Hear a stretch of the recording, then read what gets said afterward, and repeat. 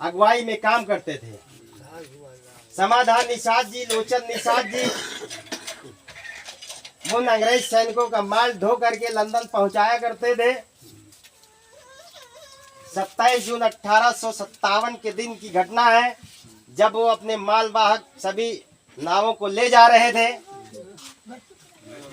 इलाहाबाद से कुछ आगे जब बढ़ते हैं, संगमेरपुर नगरी पड़ती है, रात हो जाती है, तो वहीं पे सभी नाविक जो है रुक जाते हैं।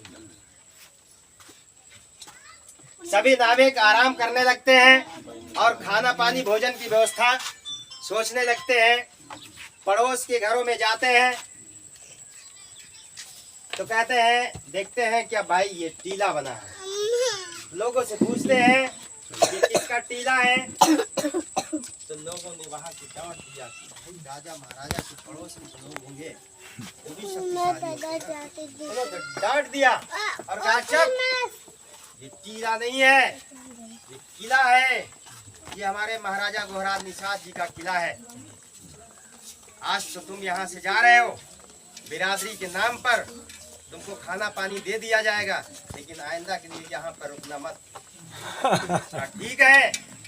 वहीं से उनकी सोच पैदा हो जाती है। समाधान निषाद जी, लोचन निषाद जी वहीं से सोच बदल देते हैं और अंग्रेज सैनिकों से कहते हैं कि भाई देखो आगे विंध्याचल की पहाड़ी है, आगे विंध्याचल की पहाड़ी है, नावें टकरा जाएंगे, पानी कम है, इस समय जाना मुमकिन नहीं है, इसलिए हम लोग वापस चलते हैं। हम लोग वापस चलते हैं और जब हम बताएंगे तब सभी लोग जो है साथ में चलना। अंग्रेज सैनिकों को ये बात नहीं पता थे और उनकी बात मान गए। वो वापस वहां से फिर बिठौर की छावनी चले आते हैं।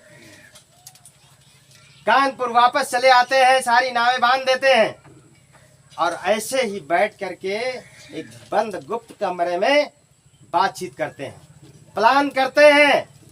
क्या प्लान करते हैं?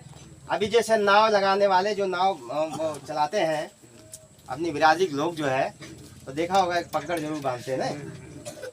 समाधान निषाद जी, लोचन निषाद जी उन्होंने बताया सावन भादो की नदी जब खूब बाढ़ में होगी तब हम नावें अपनी लेकर के चलेंगे और जब बीच नदी में पहुंचेंगे तो हम अपना पगाड़ा ऐसे हिलाएंगे और सभी लोग एक एक तगाड़ा अपना कुल्हाड़ा वही रखना और नाव के पटरे निकाल देना और सारे सैनिक मारे जाएंगे। योजनाबद्ध तरीके से पूरी योजना बनाए और उसके बाद सावन भादों का मौसम आया और सभी सैनिकों को लेकर के नाव में बिठा करके 3300 अंग्रेजी सैनिक थे, बिठा करके और चल देते हैं। जैसे ही बीच नदी में पहुंचते हैं, समाधान निषाद जी, लोचन निषाद जी अपना वही वाला सिग्नल दिखाते हैं, पगाड़ा खोल करके और हिलाया। सारे 167 नाविक, अब तू सोचो कहाँ तक नाव होगी, माल वाहक माल ढोने वाले नाव है। पगाड़ा हिलाते ही सभी इशारा समझ जाते हैं और अपने अपने उसमें नाव से निकालते हैं, तगाड़ा मारते हैं, भका भक पटरा निकल जाता है। सारे 3300 अंग्रेजी सैनिक उसी में डूबकर मर जाते हैं। हमारे 167 नाविक समाधान निषाद जी, लोचन निषाद जी तैर करके निकल आते हैं। उनके साथ में एक रहा, निषादों के साथ में रह करके एक ब्लैक स्मिथ नाम का कमांडर बच गया था। वो निषादों के साथ में रह करके तैरना सीख लिया था। वो जा करके रानी विक्टोरिया को तुरंत जो है पत्र लिखता है कि भाई देखो माई सरकार, ये निषाद सभी जाग चुके हैं, ये निषाद सभी जान चुके हैं कि इस देश की असली मालिक यही है, ये अब जीने नहीं देंगे, इसलिए ये सब मार काट करने लगे हैं, मारने लगे हैं। वहीं से आदेश दे देती है कि इनको कच्ची फांसी की सजा दी जाए। 167 नाविकों को उसी बरगद के पेड़ में कच्ची फांसी दी गई थी और उनकी महिलाओं को पहली जेल कोलकाता के अंदर बनी थी बंद करने के लिए। निषाद माताओं बहनों के लिए पहली जेल बनी थी कोलकाता। बताओ कितना अत्याचार इन लोगों ने किया है। उसके बाद जो है यहां तक नहीं सीमित रहे, ये लोग जो है इनको मारने के लिए निषाद को ढूंढने लगे, जगह जगह ढूंढने लगे। आप आज भी चले जाओ, कहीं भी चले जाओ, नदी से 5-7 किलोमीटर तक आप निषाद को पाओगे। नदी से 5-7 किलोमीटर के अंदर ही पाओगे, चाहे जहां चले जाओ, क्योंकि वो सारे लोग नदी ताल में छिप गए, जंगल में छिप गए, अपने नाम को बदल लिया, सारा कुछ बदलते चले गए। अपने आप को निषाद बताना नहीं चाहता था कोई। आग यहां तक कर दिया, ferries act, fisheries act, mining act, मतलब सारे काले कानून बना करके उन पे थोप दिए गए कि ये अगर कहीं दूसरी जगह निकलेंगे भी तो यहाँ के मुखिया को लिख कर देना पड़ेगा कि हम 3 दिन के लिए फला जगह जा रहे हैं, और वहां जब पहुंचेंगे तो 3 दिन के लिए वहां से लिखाएंगे कि 3 दिन हम यहाँ रुके हैं, उसके बाद फिर यहाँ से जा रहे हैं। उनके माथे पर काला सिक्का लगा दिया जाता था ताकि पहचान रहे ये जन्मजाति अपराधी हैं। बताओ भला कैसे जो है जन्मजात अपराध कोई करता है? भाई जन्म से कोई अपराधी होता है? कितना बड़ा अत्याचार हुआ। लेकिन तेज बोलोगे जय निषाद राज, जय निषाद राज। तो भाई अपने इतिहास को जानना पड़ेगा, पढ़ना पड़ेगा, ऐसे ही नहीं।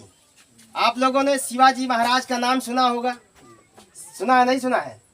शिवाजी महाराज वो भी तो महाराजा थे ना।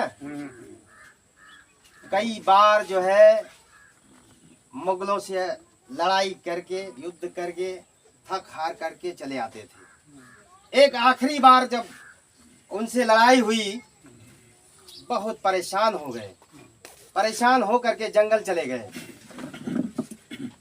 जंगल जाते हैं और देखते हैं वहां एक कुटिया बनी हुई है। भूख प्यास से बहुत व्याकुल थे। बुढ़िया माई दिखती है बाहर, तो कहते हैं हे बुढ़िया माई, अगर आपके पास कुछ खाने को हो तो दे दो। तो बुढ़िया माई कहती है जा केले का पत्ता काट करके ले आओ।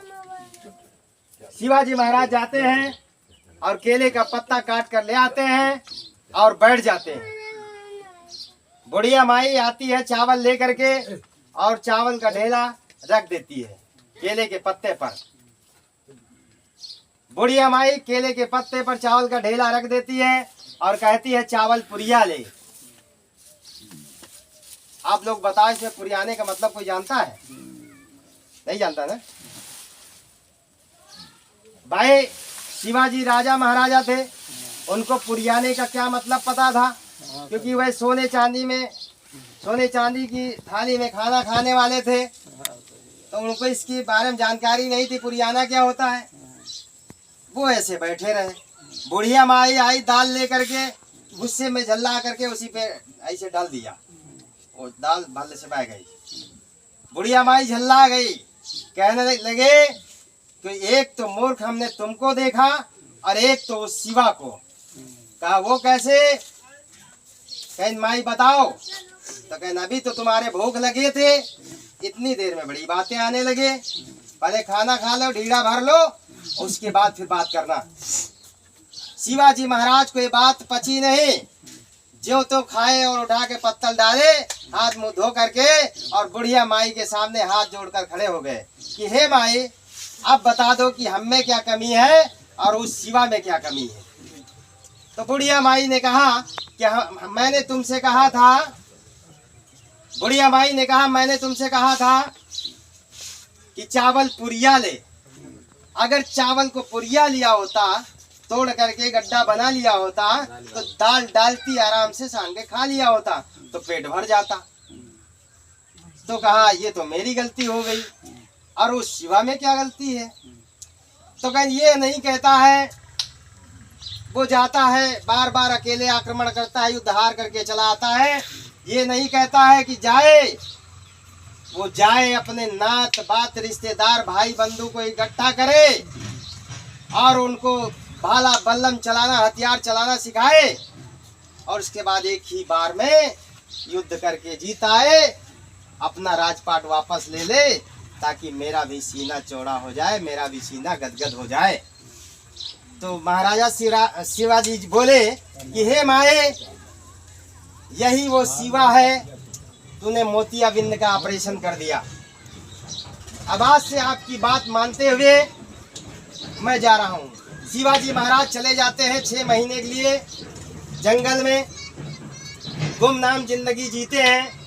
वहाँ पर अपनी काफी से काफी सेना बनाते हैं, अपने भाई बंद नात बात रिश्तेदार मित्र सखा सबको इकट्ठा करते हैं और सेना बना करके एक ही बार में आक्रमण करते हैं और मुगलों से फिर अपना साम्राज्य वापस ले लेते हैं। कहानी का मतलब कि भाई हम अकेले या बोलने से कुछ नहीं कर पाएंगे जब तक आप लोग साथ नहीं दोगे।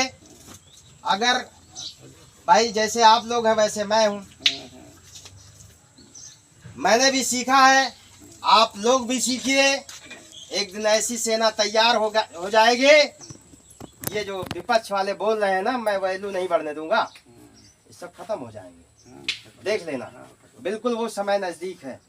इसके लिए बहुत बहुत धन्यवाद। क्योंकि बात यह है कि भाई लाइव बंद करो।